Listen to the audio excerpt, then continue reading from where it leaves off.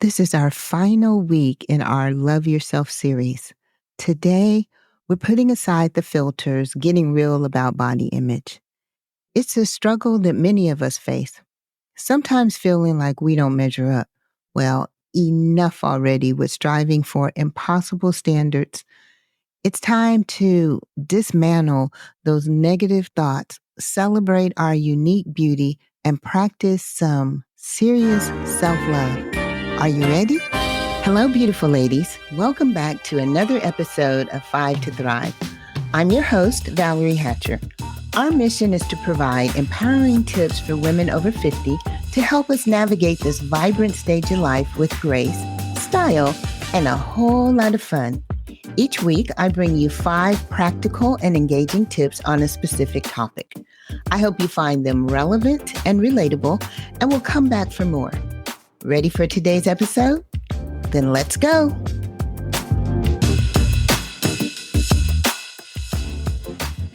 Hey girl, welcome back to Aging with Grace and Style. Today we're talking about body image, a topic that hits home for many of us. We're bombarded with messages that we're never quite enough, not thin enough, not young enough, just not enough. Well, enough already of the not enough. I'm calling it. We're enough as we are. So grab your favorite drink and let's get into it. You know, I've spent countless mornings in front of the mirror, picking myself apart, critiquing every inch. We all have those voices telling us we don't measure up. Maybe it's a few wrinkles that we fixate on. Maybe it's stretch marks. Whatever it is, these become our perceived flaws. But our bodies tell the stories of our lives. Shouldn't we honor them? You know, every week I drop 5 tips to help you and me navigate through a topic. So let's start with our first tip. It's challenge the ideal. So let's start by challenging the unrealistic beauty standards that we're sold. Airbrush perfection in magazines and online. They're not our reality. Step 1 in our journey to self-love is curating our media intake. Let's call it that. I'm not picking on social media because I'm on there every day. By the way, if you aren't following me, you can do so at I am Valerie Hatcher on all social media channels. But anyway, I digressed. If your social feed is filled with images that may trigger you to feel bad about yourself, like, maybe people who have flawless skin, like not one wrinkle, but they say they're 70 and they look 30, or people who have long, thick hair and yours is thinning, people who have maybe the best toned bodies and say they never work out. I know, you get what I mean. We each have our own triggers. Then here's what I want you to do. Unfollow those accounts that skew these perceptions and seek out real, diverse beauty. It's refreshing and it's far more relatable. Today, in my pastor's message, he said something that has stuck with me. It said, perception can be a deception. And that is certainly true. Let's talk about my story. So, when I was having hip issues and I wasn't mobile, I gained weight more than I would have wanted and more than what made me feel healthy. I would lose a few pounds and then I'd gain it back. So fast forward, I had hip replacement surgery in 2022. And I just knew that after the surgery and once I was mobile and able to work out again, the weight would drop off. Well, it didn't. Part of the issue was hormones. Part was me eating the wrong things, not getting in enough protein, not drinking enough water, just a host of things. And I kept trying, but it has been a long, slow journey of losing weight. But it finally clicked, and I've actually started to drop it. Okay, so we're friends, right? So let me be honest with you. Before I lost weight, I didn't feel good about my body at all. It affected everything: how I dressed, how I carried myself, and at times even affected my attitude. I wasn't happy with me. And then once I started to lose weight, I felt healthier. I had more energy. I liked how my clothes looked on me. My mood was boosted. But then new questions arose. I don't think that people realize how long I had been working on my weight, and that while to them it seemed like it happened overnight, to me, it certainly didn't. Sometimes the "you look so great" comments actually made me feel insecure, like maybe my former self wasn't worthy enough, or that I really must have looked bad. So here's a good one for you. I had one person say, "If I were to see you on the street, I wouldn't even know it was you because you're just wasting away." Wasting? Really? But the bad part was that these comments then made me question my weight loss. I recall I was asking my husband, I asked my son, I asked my hairstylist, and I asked my friend, "Do I look sick or something since I lost weight?" And this feeling was based on the reactions of people. Now, what's funny is I'm really back to the weight I was 6 years ago, except a lot of these people who are making these comments, they didn't know me then. But what this has taught me is that body love is a process. It's not a destination. So here's a question for you. What's one part of your body that you struggle with? Maybe it's your stomach or your thighs. Now consider, what does that part do for you? Our bodies just aren't meant to be looked at. They're incredible machines.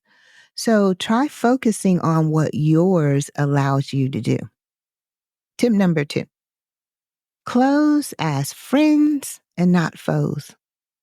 So what we wear matters.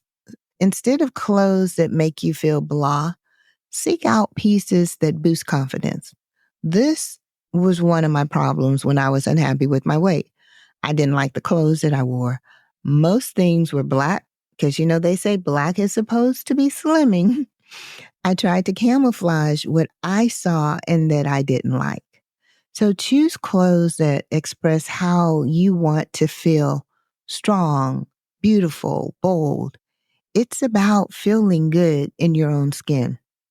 Now, here's the tip. Yes, it's a tip within the tip. How about doing a mini closet cleanse? Donate the items that make you feel less than great. Tip number 3, speak kindly to yourself. Now, this is where I think that we can make a shift with that internal dialogue about our bodies. Have you ever noticed how you talk about your body to yourself? For some of us, it can be harsh. I've said this in a recent episode and I say it again here. We wouldn't talk to a friend the way we talk to ourselves. So why do we let the inner critic just run wild? Here's what I want you to do. Start noticing those negative thoughts. When they pop up, question them, or even reframe. Instead of, "I hate my thighs," how about, "My legs are strong and they take me where I want to go. For this, I'm grateful." Find one thing that you can appreciate about your body, even if it's small. Let that be your starting point. How do you feel about affirmations?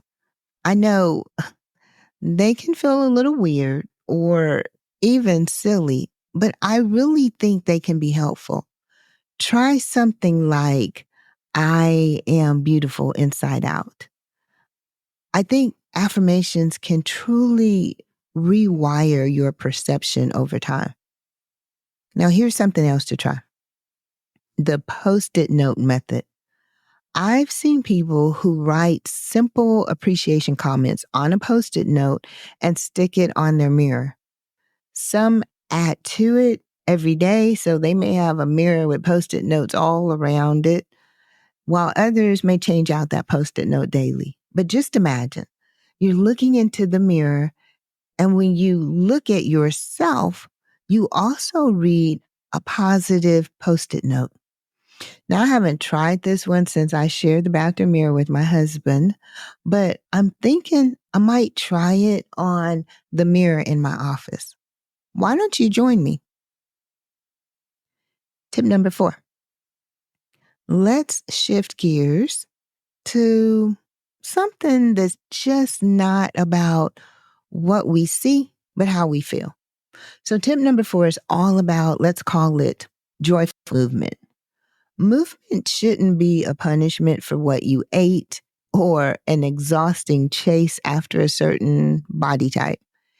It's about celebrating what your body can do, finding joy in motion, whether that's dancing in your living room, taking a leisurely walk in nature, or practicing yoga to connect with yourself.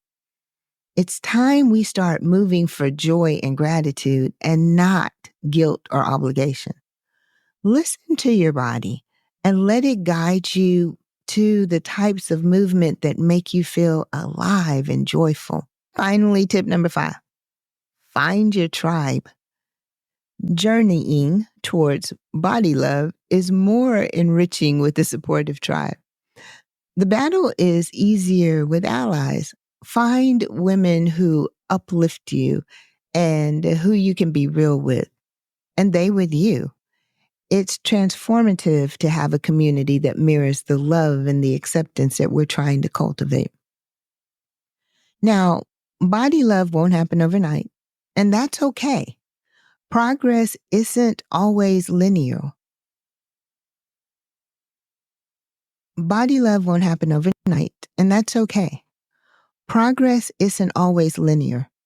Some days, it'll be easier than others. What matters is showing up for ourselves, being gentle, and remembering how amazing our bodies are. And there you have it, friend. 5 tips to help you build a loving relationship with your body and embrace the journey of self-love. From challenging unrealistic beauty standards to finding joy in movement, it's all about transforming our mindset and actions to celebrate the incredible beings that we are. Remember, loving yourself and your body, it's an ongoing journey. It's filled with ups and downs. I believe that every step you take towards acceptance and kindness is a step towards a happier, more fulfilled you. So keep challenging the norms, keep moving with joy, and most importantly, keep loving yourself fiercely and unapologetically. Here's what I want you to do this week. Pick just one of these tips and give it a try. Notice any shifts in how you feel about yourself. Share your experiences with me via voice message at pod.agingwithgraceandstyle.com. Until next time, remember, you are beautiful, you are strong, and you are so worthy of love inside and out. Keep going, girl. Thank you so much for joining me for 5 to Thrive Tuesday. If you haven't already done so, please subscribe so that you don't miss an episode. If you enjoyed the segment, please rate, review, and share it with a friend. Let's stay connected on Instagram, Facebook, and/or Threads at I am Valerie Hatcher, or email me at hello@agingwithgraceandstyle.com. Until next time, Let's continue to age with grace, style, and a touch of sass.